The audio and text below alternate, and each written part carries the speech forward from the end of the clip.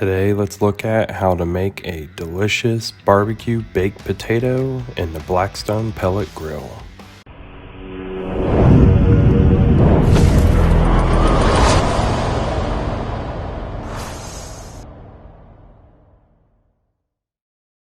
We're going to start by preheating our pellet grill to about 225-230 degrees.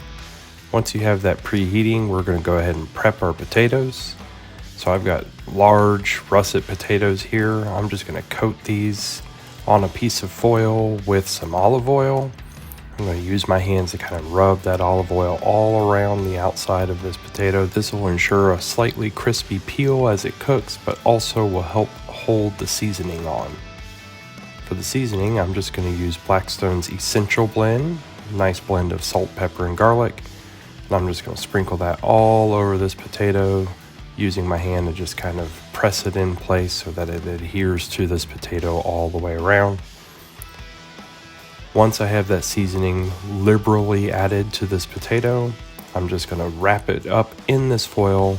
I like to use the two smaller ends of the foil and wrap them up first, and then go and fold each longer end up around. This just makes it easier to unwrap later on when you want to unwrap it.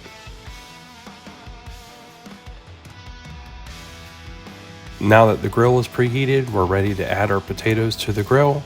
I'm just going to set them right there in the middle of the grill. This is also a great side that you can put on the grill alongside whatever meat you're cooking. And then I'm going to close that grill and let these go for about 2 hours. After about 2 hours, I'm going to go ahead and pull these out and I'm going to unwrap them. I'm going to hang on to this foil because we're going to use it again later. But I'm going to unwrap them and place these potatoes back on the grill without the foil. This will allow the skin to crisp up a little bit. We'll leave these sit for about another hour and then they should be ready to go. I'm just going to place them right back into that foil that I held on to from earlier. This will also help to keep them warm while we prep the rest of our ingredients. I'm going to go ahead and just chop up some green onions, starting by cutting off those roots and then just chopping them thin all the way down the line. Then I'm going to take our potato and I'm going to use my knife to cut it open. I'm going to give it a little squeeze as I open it up to just kind of soften up some of that potato inside there.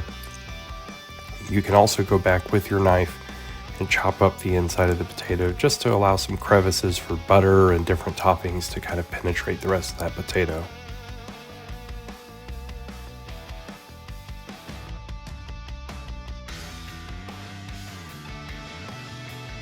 Blackstone has partnered with Crock for their new Drizzle and Sizzle topping. This has a nice buttery flavor that we're going to add to our potato.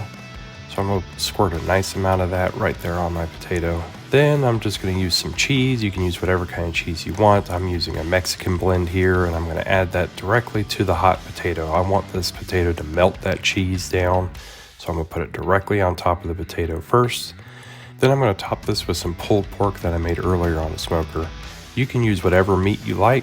If you want my pulled pork recipe, I'll tag that video up in the corner. Then I'm going to add a hefty dollop of sour cream right in the middle and a drizzle of some local barbecue sauce. Use whatever sauce you like.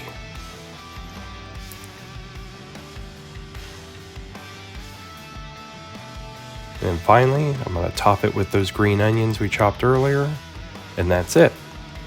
You've got a beautiful barbecue baked potato, perfect as a meal by itself or as a side alongside any other meat that you decided to cook.